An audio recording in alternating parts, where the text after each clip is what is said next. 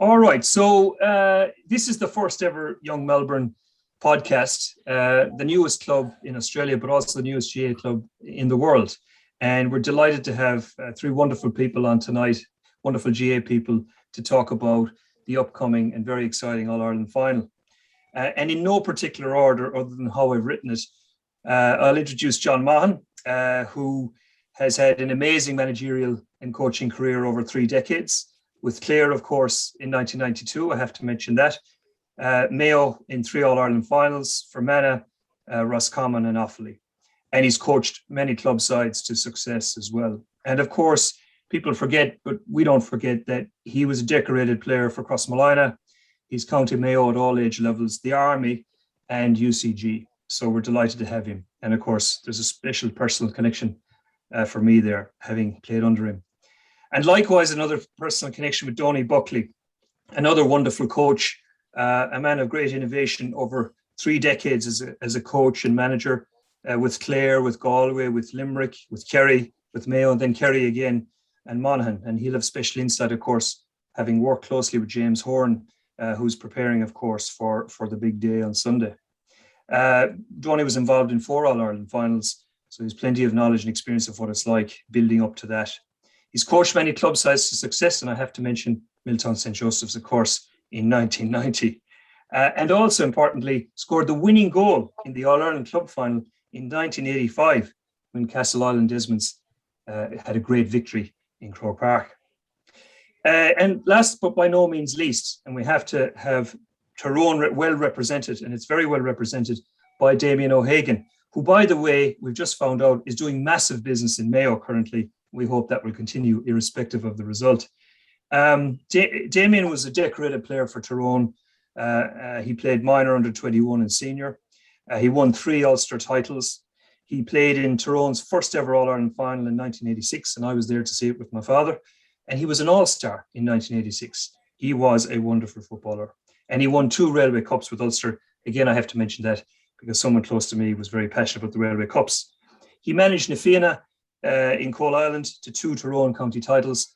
Stepped down, I think, in 2020, Damian, and of course knows a hell of a lot about Tyrone football, east and west, north and south, at all levels. So welcome, gentlemen, and it's really good to have you here. There's a lot of people in lockdown. We're going to probably be in lockdown across the country in reality until Christmas. So we hope this will perk them up and make them feel a bit better and get excited about the game on Sunday.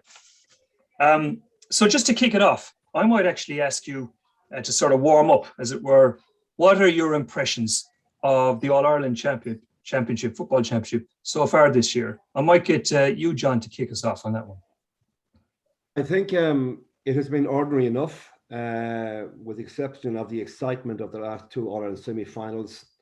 I think we had a poor enough provincial championships in Munster, in Leinster and in Connacht.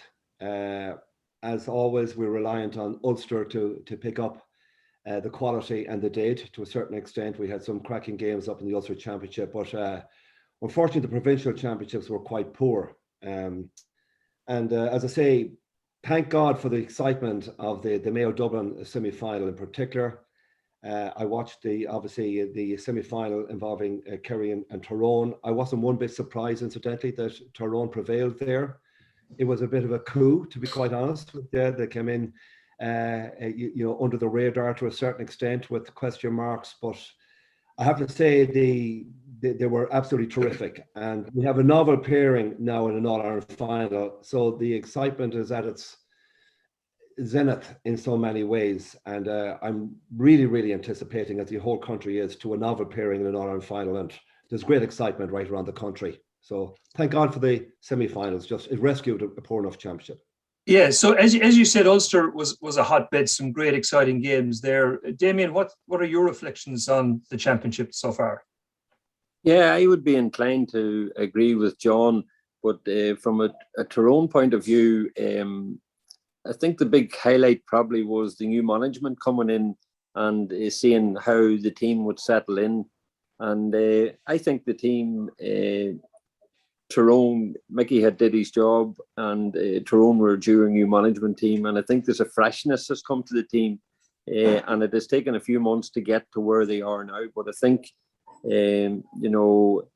Once they got over Donegal, now I know Donegal lost Murphy and they lost McGee, which was a bad blow to Donegal, but once they got over Donegal, they come out of that with a lot of confidence, because Donegal has been their bogey team at different times in the Ulster Championship.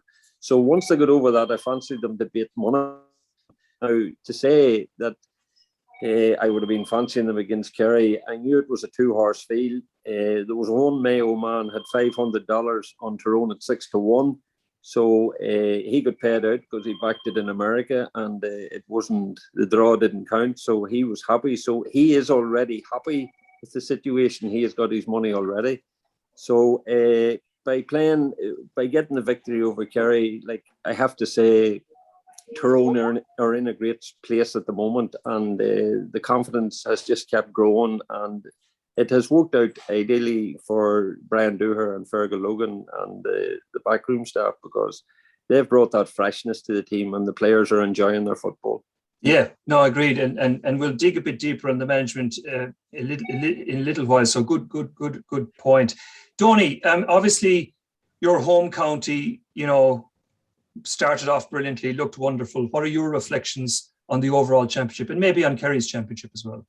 On the overall championship, Carol, it was disappointing until, as John said, 2 All-Ireland semi-finals. But the Ulster Championship, for the whole month of July, you had Tyrone and Donegal, you had Tyrone Monaghan, you had the Cavan games, you had Monaghan Armagh, fantastic games, but there was too many non-games really. And a lot of it, I think, is put down to, with the shortened National League, teams only really played 4 games, and whereas before they'd have the McKenna Cup, the O'Byrne Cup, and they'd have maybe 7 games in the National League.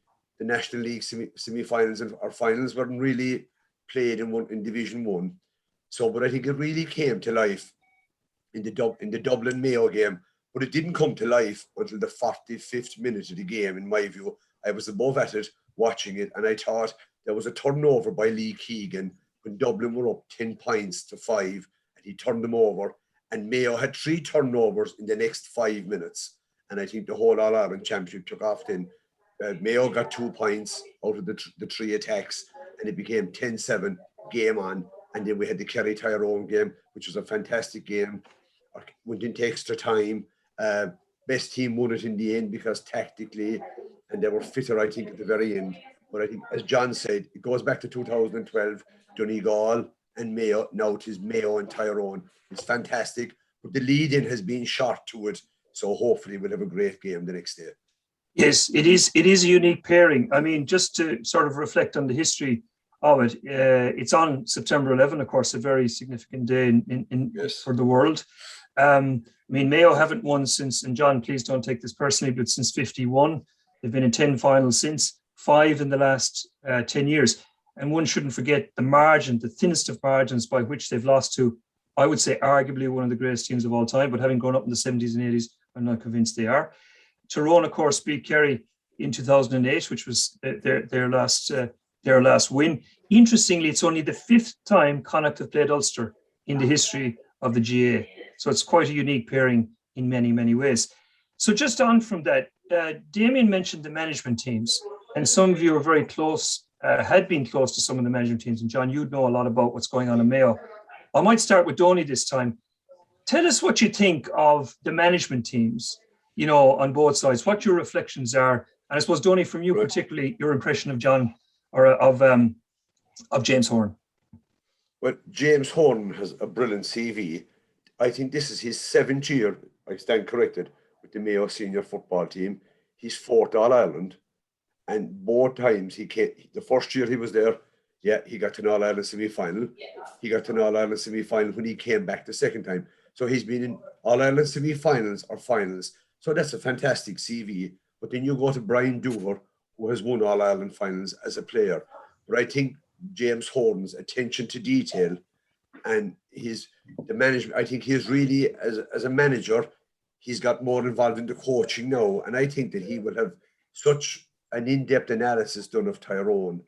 I think that maybe the managerial, I'd say the kudos at the moment and the advantage is with Mayo, and it's because of James Horan, his attention to detail and his CV.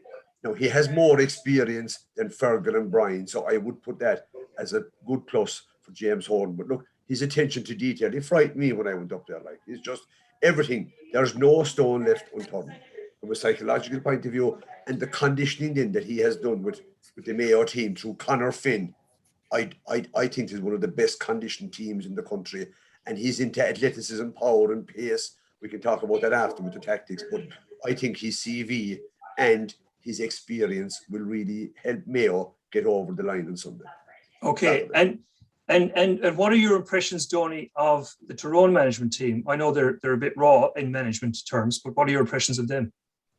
I wouldn't call them raw, because in 2015 or 2016 they won the All Ireland under 21 final against Tipperary above in Parnell Park of a wet night, and they showed grit and determination.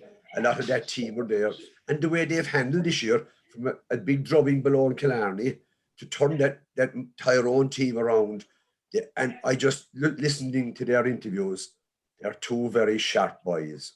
And you look at Doher, you're picking a team at the moment and you're looking for workers and dogs in a half Aberdeen, you look for Brian Doher, and that's the energy he has brought in to this Tyrone team. So look, there's kudos there for they are actually very well managed, I believe, as well. And a lot of the work they did with Mickey, they have changed it slightly, but they have their own slant put on it now. Damian, you referred to, and you were very enthusiastic about Brian, Doher in particular. But I'd be interested, and maybe this is unfair to ask you, but I'd be interested in your comparison of Mickey Hart's reign and these two new guys. What are your reflections on that and its impact on the team? I'm sure there's a lot of Mickey Hart in his early days as manager of Tyrone has rubbed off on Brian Doher. Fergal and Brian, it was 2015, they were the under-21 managers, and they wouldn't have had a lot of experience. I'd be a great believer, okay, you need experience, but at the same time, when the chance is there in your first year, I think that's the time that you'll make the impression. Mickey was senior manager in 2003. He won that was his first year. Now, he had the backup of the minors and the under-21s, but that was his first year at senior level, and he won the All-Ireland.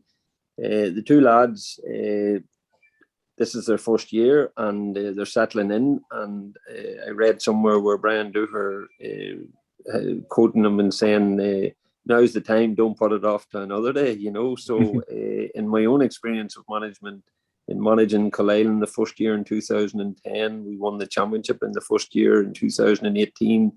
In the second go-round, we won the championship.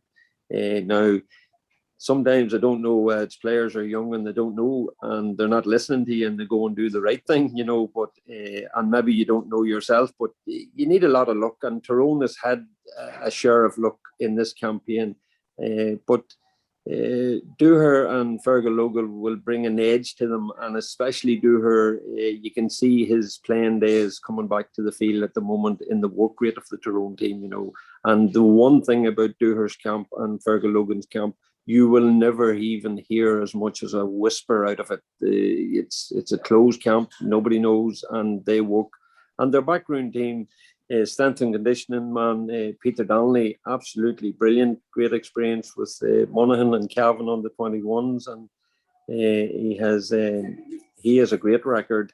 And Joe McMahon and the backroom team they will leave no stone unturned. But it's interesting, especially in your first year, the way the year has been. But we've had a wee bit of luck, but to get there, you need that little bit of luck. You do. Now, John, you know a fair bit about building management teams, and there was a bit of news there recently about how you whipped a great Kerryman into your management team. But what are your reflections of the two opposing management teams and structures? Yeah, well, I recall I was working with the United Nations in 1995 when I was appointed as a Mayo manager, and I flew home for a challenge game. I think it was against Cavan for a weekend from Cyprus, where I was based. I wasn't aware of James Horn as a footballer, but we invited him into the team. And I went home really excited about this guy's ability. I had never seen him play underage football because I was down in Clare. I don't know, in fact, did he play much underage football with Mayo? But he was a terrific footballer, an outstanding player. He was one of the last guys I ever thought would get involved in management. To be quite honest with you, I didn't foresee it. I was kind of I was intrigued when he took over the management of the Ballinturber club team, his home club. But the introduction of Kieran McDonald into the setup this year has been quite amazing. Another guy that I never thought I would see involved in management or coaching. And he got involved with the development squad here in Mayo a couple of years ago. And I know because I had a nephew involved. And they were really excited about Kieran McDonald in particular. We know how great a footballer he was. Another all-star, similar to James Horn. So their knowledge and understanding of the game is there for all to see. But what they've done, the transformation this year in particular, you look at, you need an athletic profile, a type of player for Croke Park, a player with pace and power and that strength and conditioning that both Donie and Damian have alluded to. And most teams are on a par when it comes to that right now. Pace is absolutely critical. And I see James and Kieran McDonald down here in Mayo are getting a lot of kudos for bringing in a more athletic type player to replace the Andy Moorans, the Keith Higgins was a Gazelle, but Killian O'Connor being out, and Shane O'Shea gone, Donie Vaughan gone, Chris Barrett gone, and the evolution has been quite seamless. And we've introduced these new guys with huge pace. Now I know there's a big doubt about Owen McLaughlin and Oisin Mullen in particular, the two guys that are out injured.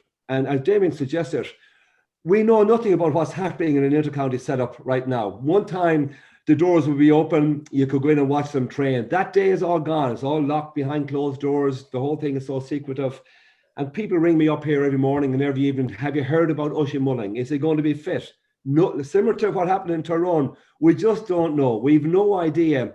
And there's a little bit of gamesmanship going on because James Horn has already come out and suggested that both of those guys are in the running. So he's trying to keep the Tyrone management guessing. And that's part of the fun element of management because you've got to prepare for every single eventuality. The what-if scenario. What happens if your goalkeeper goes down in the first minute? All that is quite intriguing. But I have to say, I've been hugely impressed with Brian and Fergal Lohan. The evolution of Tyrone's play under them has been more expansive. It's been more adventurous. It's easier on the eye. Yes, they can play a defensive system, but their counter-attacking play and the use of their resources, the likes of Conor Myler, the job he did last day on Clifford. I don't be surprised if you see him picked a wing forward and slip him back in to do a man-marking job on Paddy Durcan. That kind of detail will be scrutinized and examined and worked on. The thing is, Mayo have had a little bit more time to prepare, albeit that they didn't realize who their opposition was going to be. So in that regard, both of them had the same amount of time to prepare for a final. But it just adds to the whole fascination of it, Carl. It does. It's absolutely fascinating. And the two semi-finals were very absorbing. As Donie said, after a certain point, it became even more absorbing. But it's a good segue to the tactics. And Donie has referenced this, so I might throw it to him first. Is how do we think these teams are going to approach this final tactically? So, Donie, I might get you to kick us off on that. Yeah, look, I suppose Oisin Mullen and Owen McLaughlin is crucial to Mayo. The pace, the power, the athleticism. And if they're like, when you turn up, and Enda Hessian came on the last day, so like Paddy Durcan running from deep, Lee Keegan from deep, and then you've the athleticism of Matthew Rowan in the middle. So look, I think the matchups are going to be crucial. Who'll take who? Who'll take Tommy Conroy? Will it be Hampsey? Where Laden O'Shea play? So like, there are so many questions out there, and it will depend on the team. And like, look, you go back to Oisin Mullen and Owen McLaughlin. My only concern about them, and I'd say John and Damian will agree, if you haven't trained with intensity, you can't go into Croke Park, lads, playing. Because you look at the Dublin game against Mayo, Johnny Hooper, John Small, Niall Scully, guys that had missed crucial weeks of training, did not finish the game. So if Owen McLaughlin starts a double fracture of his jaw, but as John says, he's supposed to be fit. But how match fit is he? So I think, and the matchups, and then you have Conor Myler. Conor Myler this year, I think, has been brilliant for Tyrone. And if you look at even his possessions, the last day against Kerry, I read someplace, had he 35 possessions, himself and McGeary. And the day then will he go do a man-marking job on Paddy Durcan. They're both going to play a counter-attacking game. Both teams like to run it. If Aidan O'Shea is inside, will they kick it in? But I just feel that and then missing Killian O'Connor is going, because the last day Tyrone gave away 10 scoreable frees, I think, against Kerry. If they do that the next day, and if Killian was there, 10 out of 10 will go. But Ryan O'Donoghue has improved no end. And I believe, and I've no proof of this, you can imagine the confidence that Mayo will have got from beating Dublin. I would say Tommy Conroy went into training the following Tuesday night, and I'd say he was nearly unmarkable. The confidence he'll get from his last 15 minutes of that game. So tactically, the matchups are going to be crucial. And Tyrone will have their 3 matchups at the back, and then you'll have the Peter Harts and the versatility of Tyrone. Peter Hart can play 10, he can play 7. Conor Myler can play 6, but he can also play 12. Kieran McGeary the same. And James Horn will have all that covered with Fergal Dore, with Brian Dore and Fergal Logan will also say, how can we expose Mayo, who only has scored 5 points in 47 minutes against Dublin? So I think it's an intriguing battle. Yeah, so Damian, over to you on this. I mean, Tyrone have learned obviously a lot as well in the last game. They beat Kerry by a point, gives them great confidence. They had a long layoff before and a disturbed layoff going into the game. But a lot of what they tried worked, and they were magnificent in defence and very intelligent defence. How do you think Tyrone in particular will approach Mayo tactically? I know if I was the Tyrone manager, I think you always, till the final, you always have to bring some kind of surprise to the opposition. And obviously, Brian Dooher and Fergal Logan are looking at what James Horn is planning for them. So they got to get into his mindset to see what's happening there. And I must say, James Horn, I have great admiration for him because he walks about and he's so quiet. And even when he was on television listening to him, I always loved to listen to him because you just never know what he's going to come with. And he's so relaxed. And I read somewhere that someone said that in a Mayo team talk that he was that far gone from the team talk when he was playing that somebody thought he had fell asleep, But he's obviously a very smart man and a great manager, and a great admiration for him. So Tyrone management's going to have to get into his mindset and see what he's planning for them. But this Tyrone team, like the Mayo team, and like the lads have said, they're all very athletic, and they can play any position at this stage of the game. Now, a cornerback is as much a point of scoring for you. Like the 3 fullbacks for Tyrone all scored the last day and against Kerry. And like I remember in my day, you never would have seen Kieran McGarvey or John Lynch scoring a point from cornerback or fullback in '86. And I'm sure John's the same. Like if you seen a fullback or a cornerback like John Lynch coming up the field, you chased him back down the field because he usually had no feet, But it's going to be, is the kickouts going to be long? Is there going to be, that Donegal tactic where a Tyrone or Mayo midfielder can get up on a long kickout and flick the ball over their head and someone bear down on goal? I think that's where the goals are going to come from. If it's going to be maybe a backline pull too far forward and a ball flicked over the top by a big midfielder. The last day Tyrone went with a lot of long kickouts in the first half. I'm beginning to wonder, was Morgan instructed to do that? Because usually Morgan is very, very accurate. I don't think Kerry could have closed them down as much as Tyrone played so many long kickouts. They have 2 midfielders now that are well over 6 foot. But it's going to be a great battle there because the Tyrone 2 midfielders are very young. This is their first campaign. So it's going to be intriguing to see, but I would be, if I was a manager, I would be looking for the surprise package for the opposition to try and put the panic on that management team. But as I say, it's not easy putting panic on James Horn. No, he is incredible in terms of his temperament. So, John, Damian mentioned the kickouts. It was pretty extraordinary what happened if you consider that Kerry won 100% of their kickouts and they won an awful lot of possession from Niall Morgan's what I'd call prodigious kick-out. That's one of the interesting elements of the next day. How do you think that Tyrone are going to approach it? And how, for example, how are they going to approach the kick-out? Yeah, it's a fascinating aspect of the modern game, kick-outs for and kick-outs again. And do you concede it, the kick-out to a corner back? The reality is the last day, Niall Morgan were forced to go long. because I'm sure, and that fell into Kerry's hands. And that was because Kerry went full court press. They didn't allow Niall Morgan to go short, so he had little option. Now he has a monster of a kick. There's no point in kicking the bar 70, 80 meters and it turning over every time. I think they will go along on Saturday. I think they will recognise that Mayo are not that strong around middle of the field. The two boys there, Jim O'Connor and Matthew Rowan. And Matthew Rowan has developed into an outstanding, athletic running midfielder. He's having the year of his life. And he has developed into one of the top midfielders of the country. But they're not big ball winners in the air. And the only thing is, if Mayo are forced to go short in the kickouts, the roadblock that Tyrone will put up, they'll probably put up 2 banks of 5 on the 45s, and that's a notable aspect of the modern game under the 2 new managers. That without the ball, the exact way more pressure between the 2 45s than Mickey Hart's team did in the past. So you would anticipate that you'll get a roadblock there if Mayo goes short. So the thing is, if I suppose Tyrone having lost the midfield battle the last day, how did they win the game? They won it by scoring goals on the break, and their counter-attacking was so quick. I think we're going to have to mix it up. I think we're going to have to take a gamble and go long. We're going to have to create space for the likes of Kevin McLaughlin, and he's a very, very astute player. And they'll be targeting their 2 wing half forwards in particular on Saturday, Mayo and our kickouts.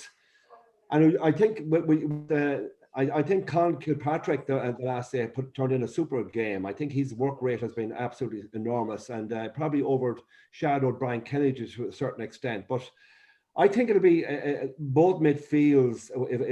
If both keepers are forced to go long, I think it'll be an even battle around there. It'll all depend on who gets the little breaks and who can manage to get onto breaks, and maybe target wing forwards and stuff like that. But yeah, it's a fascinating aspect of it, Carl. I'm just kind of I'm intrigued as to how that will work out. Yeah, it's like modern day chess. It's unbelievable how the game has progressed. Tony, you mentioned matchups and you spoke to some of them, but I'd like to, if we could go a bit deeper. If you were, one or other manager or coach, what would be the matchups that you'd focus on to try and win the match? Just one thing on the kickouts, and John and Damian alluded to it. One thing I spotted the last day with Tyrone, they may have lost 2 long kickouts to Kerry, but they changed it and they moved. Instead of going down the middle, they kicked the ball to the number 12 position. They spotted that Kerry had Mike Breen out there. Late in the second half, when David Clifford got injured, I think there was 4 short kickouts taken by Niall Morgan. So I would believe that would come from the management spotting. They were able to change midstream in the game, and I thought it was very well managed by them. And I just say they decided in that Kerry won the kickouts. We said Kerry got short kickouts in the last day. They went into, as John said, the Tyrone funnel. I think that was one of the reasons they were taking the ball into the tackle and they were turned over. And that's maybe possibly why they cramped in the end. I think the Tyrone's game management was fantastic the last day. And as Damian said, they could throw a curveball the next day, but they changed stream. As regards the matchups, Conor Myler to me, if he takes Paddy Durcan, Conor Myler, Pádraig Hampsey will be taking, I'd say, Tommy Conroy, right? Now, go back to the Mayo matchups, who does Oisin Mullen take? Is he playing or is he not? Like McCurry with Matty Donnelly could be inside. McKenna, I would think Stephen Cohen will take Matty Donnelly. I'd say Lee Keegan on McKenna, and I would say O'Hora will take McCurry. Now, they would be, and then the rest of it is part of the system. But if Conor Myler takes Paddy Durcan, that is to nullify Paddy Durcan. Conor Myler, when they played Kerry below in Killarney, he wasn't in the game at all. Tyrone was beaten. The last 3 games, he's had maybe 30 possessions in every game. So that matchup to me will be crucial. Is it Conor Myler marking Paddy Durcan, or is it Paddy Durcan marking Conor Myler? But I think the matchups are going to be, and then Ronan McNamee, he will take Aidan O'Shea. Yeah. And they're middle of the field. Who takes Matthew Rowan? I would say Kilpatrick. Fantastic athlete. So look, the matchups are going. We're all the first 10 minutes of the game. Who's marking who? Where are the matchups like? But it's what goes on. Who can break the line? And I think the Mayo's movement off the ball, beating a packed defence, could upset a few of the Tyrone matchups. But we might want to discuss that later. But they're the matchup. Yeah. Okay. So Damian, I mean, I might throw to you. Do you have anything to add or subtract, or have you a particular view on how Tyrone will approach matching up against Mayo? Well, if I was the manager, the one guy that really impressed me the last day was Tommy Conway, because he's young. He's at that age where he probably doesn't realise what he's doing in Croke Park. Whenever you get to 29 or 30 and you start counting the kicks you're getting, that's whenever you're in trouble. But this young fella has really impressed me. The big thing for me is what Aidan O'Shea is going to turn up. I have to say I've admired him from Tyrone, beat them in the minors many years ago, and he has been such a servant to Mayo. So he's still a big cog, and I know he had an off day the last day, and I know some people are very unfair on him, but I have admired him all down through his career, and he has been a massive athlete till Mayo. So as regards McNamee picking him up, I'm not just sure on that. It all depends. Every forward depends on the supply of ball that's coming and where you're getting it, that you're coming onto the ball. But I still have great time for him. And then, of course, Ryan O'Donoghue, he definitely needs to be closed down by Tyrone. So, again, Michael McKern and Pádraig Hampshire, the captain, are both club men of mine and in Coal Island, and two great players, and they've had a great season. And if I really wanted a man-to-man job done with anybody, all I had to say to Michael McKernan is, Michael, keep it controlled, don't go over the edge, and do the job for me. And he will always put his hand up, and he's a wonderful player, as is Hampshire, a great player as well. But up front for us, as regards Matty Donnelly and Macquarie and Conor McKenna, there's still a lot to come from Conor McKenna because Conor started off fantastic last year. This season, I know he got the 2 goals the last day, but it just hasn't happened. And as a minor, before he went to Astilia, he was such a brilliant player. And when he come back to us, he was brilliant.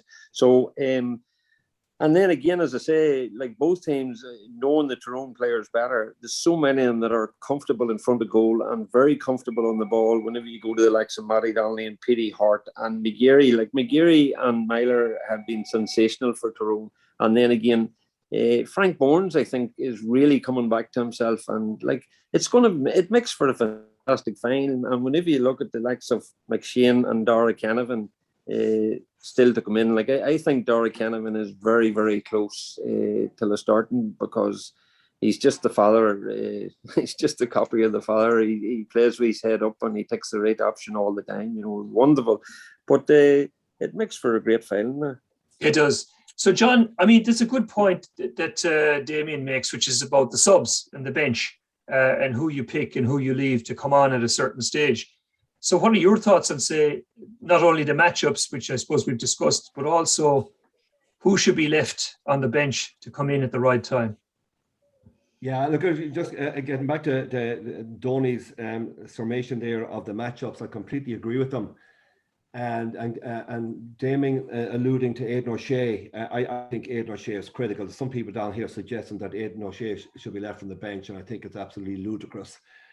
I think he should be left inside. I think Tyrone play on the edge. They're picking up a lot of black cards. Donie mentioned, I think, 9 or 10 scoreable frees conceded against Kerry. They do play on the edge, and they are picking up black cards in Ulster Championship and 2 the last day. And that's an issue that they would be seriously concerned about. Now, I know Killian O'Connor's not playing, but Ryan O'Donoghue has developed into he's playing with such great confidence. That guy can kick frees. And obviously, we've got a goalkeeper, Robbie, who can land scuds, similar to Niall Morgan. The last day, he landed 2. Obviously, I know he missed a couple. But I mean, those guys are critical now as well, because if for argument's sake, Tyrone are playing on the edge with that little edge of physicality, which they have, and I think they probably have an ace there in that regard. It all depends on how it's refereed. But if Robbie comes up and lands a bomb from 55, 60 yards, that changes the complexion ever so slightly. Now, obviously, Tyrone boys are a little bit concerned. So little things like that will have a huge bearing on it. But I think if there isn't to be an element of intimidation, and one would surmise and suspect that, that will be involved in All-Ireland final early on, I think Aidan O'Shea, it's critical that he's kept inside. His physical presence and his experience playing at 14, particularly when he's the two young boys, Ryan O'Donoghue and Tommy Connery, either side of him, you just need that settling a kind of a player around you. And I think that Ronan McNamee will pick him up, and I think if he drifts, I fear that we need him in a floating role, Aidan O'Shea, because he's not really an orthodox 14. He hasn't that kind of guile or presence to play at 14, and he can do a job. Arguably his best football has been played around the midfield sector. Martin Carney, a good friend of mine, suggests he should be played centre half back. That's where it could be played. But the only thing is that he's missing that little edge of pace, and that, you know, and I fear that likes of Ronan McNamee or a Kieran McGeary would destroy him by bombing forward. Getting back to the subs, Carl, that you mentioned there, obviously, when you're talking about forwards and you're talking about confidence, like, I mean, you must look at McShane. He scored 1-8 off the bench this year, an all-star, I think, in 2019. Coming back from injury, he got about 40 minutes, I think, of play into his legs the last day. He will be absolutely, you know, a chomping at the bit to start. Mark Bradley's another, like, I mean, a very, very talented footballer. I don't think he got very little game time the last day, but he's a guy that can unlock defence. He's a very, very astute, clever player, and I wouldn't rule him out of starting. I agree with Damian. Conor McKenna, despite his 2 goals the last day, another exceptionally talented player, but is not really buzzing. But getting back to the Mayo scenario and the subs that we might use, if there's any element of doubt about Owen McLaughlin or Oisin Mullen, you can't afford to not start them. If there's a doubt about their injury, because if you put them in, you could lose 2 subs if either of them break down, and that's too big of a gamble to take. So I think if there is a gamble to be taken, I doubt Owen McLaughlin with a double fracture. I have a plate in my own jaw from a match myself, and I know the recovery time it takes, and I very much doubt that he's going to be fit to play. Oisin Mullen, maybe. And I think it would be fascinating if we could have a Paddy Durkin, a Lee Keegan, and an Oisin Mullen on our half-back line. I think Lee Keegan probably will be picking up Conor McKenna, as Donie suggested there. But if you had that power and pace coming from a half-back line, I think it would really, really disturb a Tyrone defence. But look at, there's lots. I think Dara Canavan, I know he took the ball into traffic a couple of times the last day against Kerry, and he turned the ball over a couple of times. But I think he'll be an awful lot smarter the next day. They have quality and they have talent. There's no question about that. Tyrone probably have a little bit more talent on their side angle subs bench than Mayo. There's a James Carr there for Mayo, and I rate him so highly. Even in 2000, he was injured with ankles, but he got a goal against Galway in the 2019. I think it was below Limerick in the qualifier. And he came on the last day. He did snap a shot. But there is just something. He brings an X factor that I think that he could. And if Ryan O'Donoghue or Tommy have an off day, this guy is a serious baller. He went on the last day for Aidan. So, but it goes back to what John said. If Oisin Mullen starts and if Owen McLaughlin starts, I think Mayo have a fantastic bench coming on. You have Enda Hessian to come on. You have even Jordan Flynn has impressed me coming on. His physicality, he brings something different. Yeah, okay. And Mark Bradley then came on for Tyrone in the Ulster. He started against Monaghan in the Ulster final. I was very impressed with him. I couldn't understand he didn't come on in the 17th minute the last day. So we're talking about matchups. And I can guarantee you, Fergal Logan and Brian Dore and James Horton, the matchups for the end of the game are going to be as important as the start of the game. But I'm expecting a big game from Aidan O'Shea. He was injured going into the last game. He was in a boot, took it off 5 days before. And just after half-time the last day, I thought that he caused panic in the Dublin defence when the ball went in long. They didn't score, but a bit of sharpness. I'm expecting Aidan O'Shea to have a big game the next day. But James Carr could be an ace in the pack, I think. So, Damian, what are your thoughts on the matchups from a Tyrone perspective? Well, you know, as again, they have the quality in their defence in Mailer and McGeary and Pádraig Hampshire and Michael McKiernan to get that right. Fergal and Brian, they will do a serious amount of work on them matchups because that's what's going to win and lose the game, I think. There's one player there that I haven't mentioned there that I have great respect for. This Park O'Hara, an unbelievable cornerback, and I think he can, he can do a job for Mayo probably on Macari or something like that. The big one for me there would be if Aidan O'Shea goes to the square. It's provided the ball that goes to him it gives him a 50-50 chance, because I expect a big game from him, because I've never really seen him letting Mayo down. The last day, yes, he was poor, but I didn't know until Donie said there that he was carrying an injury up on the 5 days before. But them matchups is what counts. The other interesting thing will be on Morgan's long kickouts. Will Robbie Henley be coming into cover space in behind there, and vice versa? So it'll be interesting to see the impact that both goalkeepers in taking up space for kickouts for players to come onto. But to be truthful, I'm looking forward to young Brian Kennedy. He's only a young fella. I'm looking forward to see how he adjusts him and Con at middle of the field, and it'll be interesting to see if we can win a bit of ball off a bit of high feeling, because we haven't seen much high feeling. We've seen a lot of balls dropped. And funny enough, on those long kickouts of Morgan the last day, it was Kerry that picked up a lot of the breaking ball on us, So that's something that we need to work on. Yeah, well, those two midfielders, whatever boat happens on Sunday, of course you want to win. But my God, if you're a Tyrone supporter, you'd be excited about having them for another few years. Young Kennedy and Kilpatrick, tremendous athletes. I know we don't normally like talking about the referee. Well, at least, not behind his back. But this referee is from Cavan, Joe McQuillan. It's his fourth All-Ireland. He did 11, 13, 17, now 21. I might ask you, John, because you mentioned about being on the edge, which there's no doubt Tyrone are, and it's one of their great advantages. But what are your thoughts on McQuillan, if any? Well, yeah, I suppose we have 4 provinces. One probably would have preferred if we avoided an Ulster referee with Tyrone. I'm not suggesting that Joe McQuillan will in any way be influenced in any way. He has a job to do, his own reputation to think of. But I do recall in 1996 getting a phone call from a great friend of mine down here, and unfortunately passed away just yesterday morning, Paddy Muldoon. And Paddy Muldoon was on the Central Council, and he died suddenly, Donie. But Paddy rang me and he said, look, there's going to be a decision made on the referee for the 96 All-Ireland final. He said, in the next year or two, these are the 3 in the running. Who do you not want? I said, all 3 are fantastic referees.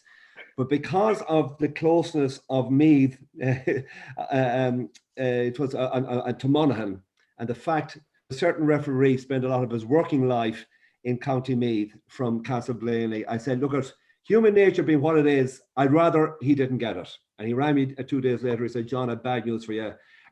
We have, and he's become a good friend of ours, of mine since. But look, at I think Joe McQuillan, there is precedence there, incidentally. Lots of referees. David Goff has refereed 2 All-Ireland finals with Dublin involved. And I don't see it as a big issue. I think that Joe McQuillan is a fantastic referee. I thought David Coldrick the last day refereed the Kerry-Tyrone game brilliantly well. I think our game has become a little bit too sanitized in recent times, and I'd love to see a bit of physicality. I'd like to see, letting the game flow as much as it possibly can, playing the advantage rule as much as it can. I just hate a referee that dominates the procedures and becomes the main focal point. I just hope that the game is let flow, and I suspect that Joe McQuillan will do that and be anxious to do it, because he'd have seen a great refereeing performance last weekend. Yeah. Donie, do you have a view on the referee? The referee is crucial, and as John said, I thought in the start of the game, the last day, David Goldrick, he left it flow. I don't know who was commentating. He was delighted that your man had left. There was a bit of physicality, but you have to have that in the game. Hampshire driving Darren Mine note over the line. Jeez, you can't beat it. It gets the crowd going. Now, the big thing is there's going to be a lot of packed defences the next day. So, the movement off the ball, and I think it was the day with Mayo and told Mayo were playing around the ball against Dublin, a packed defence. And maybe it was the linesmen call it, or the umpires, but that was pulling off the ball. So, look, the 2 linesmen have a big role to play as well. But I think Joe McQuillan, he's a good referee. like what, you know, sometimes you'll see referees, they're into the technicalities, but he will let the game flow, and I hope he does, because we don't want stop, start all the time. We really love the physicality, and O'Hora is as physical as you'll get. The last day with Kilkenny, he was out with him, he was using his body, and he didn't commit fouls. Some referee might call it. I just hope that a referee doesn't make a stupid decision and a free in and somebody wins the game over it. I just hope that the two teams at it, and as John said, look, and before, Tyrone have had black cards. I just hope there's no black cards. It's 15 on 15 for the full 70 minutes the next day. Manly at it, contesting ball, putting your body on the line. I think Joe McQuillan might do that, but if he gets pernickety, the whole game develops badly, I think. Yeah. Look, I'm conscious of time and we need to wrap up, but so I'm going to ask you the last question, which is, and you've got to commit now, right? You have to commit. So I know which way Damian's going to commit, and I'm going to ask him first, but who do you think is going to win, and succinctly why they're going to win? So Damian, I'll throw to you. Well, I just want to come back on the referee. I have to say, Okay, sure. John Maughan answered that like a politician, and He absolutely. did. So I'm going to have to say that Joe McQuillan's the best referee for Tyrone in Ireland. So I just want to get that back at John. He's not listening. He's not listening to you. Forget, he's not listening to you. I hope he's listening, because John Maughan is saying things there, and he's creeping really in there. And but I'm not even going to comment. Good luck to Joe McQuillan, and I agree with the lads. I hope he lets the game go, and I hope it's a good, tough affair and no black cards. Why do I think? I just think Tyrone have the momentum this time, and I think they're under new management. There's a new freshness, and I'm really looking forward to a great game. Anybody else in Ireland, I'd love to see Mayo beaten, but not at Tyrone. On the beating Tyrone, but I think it's going to be a great game, and I think we have a real freshness and a real belief now, and fitness. Our fitness level is fantastic, and I see the work that these lads are doing, and I know John and the lads would see what works, be closer to it than me, but I see the effort these fellas from both teams would be putting in is unreal. But that's where I see it, and I just think we have maybe a better attacking flair from the half-back line, deeper down the field, rather than our out-and-out forwards, if you know what I mean. Okay, John, the Mayo side of it, who's going to win and why? Well, I watched the game here in Inniscrone last Saturday with a Galway friend, and that is, I don't know, can you see that? That's his bet. Can you see that? Yeah, I can see it. Yeah. Okay, that was a 12-1 Tyrone to win the All Ireland at 50. He had €50 at 12-1. I hope he's not cashing that in. My friend, he left it here behind him on the windowsill. I just think that the experience that we've gained from All Ireland finals, we've a huge cohort of our 15 that have played a lot of All Ireland finals. We have that big game experience. I think Tyrone's time will come. I think they're going to be forced for a couple of years. They have a young team. They've developed a great young squad. They're very athletic. They're very adventurous. I just think if we're lucky enough to have an Oisin Mullen play, and perhaps a Noel McLaughlin, if those two guys, and I think they're critical. And I think we just might edge a very, very close, tight game, but don't rule out a replay in this one. Yeah. Okay. All right, Donie. Well, you're supposed to be neutral and analytical. So, who do you think's going to win and why? Look, I suppose you can't really call me neutral, because I spent 6 years of fantastic years above in Mayo. Yeah. Look, John said Mayo have the experience. I think Tyrone have the experience as well. Going back to 2018, there's only two guys gone from the Tyrone All-Ireland final team of 2018, McCalliskey and Colin Kavanagh. No, I go back to the Tyrone-Kerry game. Why didn't Kerry win that game? They couldn't beat down the Tyrone pack defence. And I watched Mayo the last day, especially in the second half against Galway and the second half against Monaghan, or against Dublin. And they played around the ball for a minute and a half. They didn't take the ball standing. They moved the ball from side to side. And I think with Aidan O'Shea inside, I just have a feeling that Mayo will win it, because they will actually break down the Monaghan defensive system. Monaghan will defend from the halfway line back, and they'll funnel in. I think that Mayo now have the know-how in Croke Park to beat Tyrone's packed defence that will be sucked back in after defending high. And in 2013 and 17, Mayo have beaten Tyrone in the last 2 times they've met in championship in Croke Park. So I think it'll go down to the wire. It could be a 1-point win, or is there extra time or a replay? I would go for Mayo by a point. Okay. Well, look, we have to leave it there, gentlemen. I've got a county board meeting now in a few minutes. The apple doesn't fall far from the tree. But I want to thank you so much for coming on the Young Melbourne podcast tonight, our first ever one. Maybe we'll have another one. We'll see what the ratings are. Might be our last one too. But to all of you, we wish you well genuinely and your families. And we thank you so much for appearing tonight, and enjoy the match. And as they say, may the best team win. Take care of yourselves. God bless. Thank you.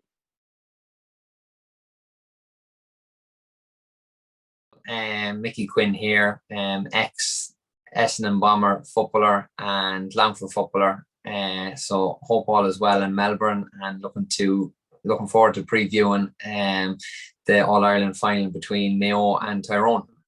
Probably looking at both semi-finals, it's been a year of upsets, and whether the final is going to repeat that. I'm looking at the odds now, and I think at the moment Mayo are 4-5 and Tyrone are 5-4, so it's fairly tight, and extra time on both. I wouldn't be surprised if it goes to full hog, and extra time this weekend. But I think probably I'm leaning towards Tyrone. I just think there's a steeliness and a determination there with Tyrone after the semi-final that it's going to bring them. I think it's going to bring them across the line, and probably matchups and off the ball and how both teams set up and the styles they play with is going to play a huge role in where the game ends up. And I think probably the way Tyrone have played against Kerry, and the way they're after improving from playing Kerry in the league, it shows that they're on a massive upward graph. And there's a little bit of an unknown with Mayo after beating Dublin in the semi-final. They're going to be sitting waiting for a long time. So it's going to be interesting to see how they come out of their training camp for the last number of weeks. But I think Tyrone are probably the team, in my eyes, that are best placed to lift the Sam Maguire. Look, I think probably some of the things that would have been mentioned through the years is you have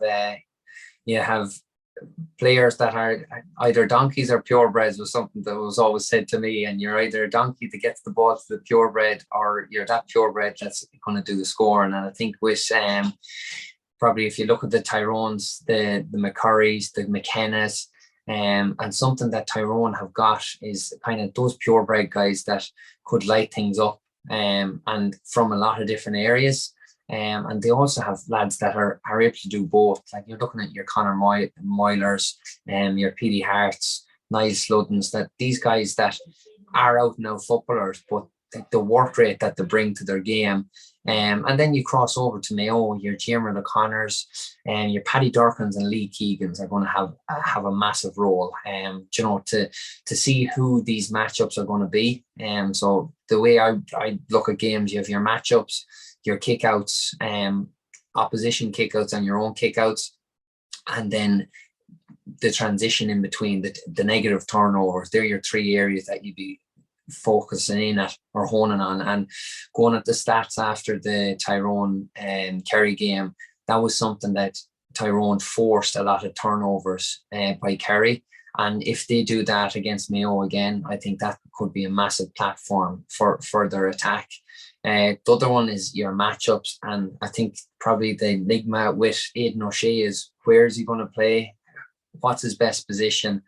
And can he contribute more than what he did in the semi-final? And I think regardless of what happens in the game, I think he'll either have a big bearing on a Mayo win or a Tyrone win. So whether it be that he's in full forward and he scores 2 goals, or he gets black carded or red carded because Tyrone are up to their old tricks, and kind of push the buttons. I don't know. Look, I think I think it's set up for Tyrone that they're going to frustrate Mayo and push them to make those mistakes and to kind of maybe go away from what their game plan is. And I think that's what's going to be the dictating part in the game, the style that Tyrone play with, that can cause Mayo to kind of maybe make mistakes that they mightn't have made against your Dublins or in your Connacht. So I'm looking forward to it.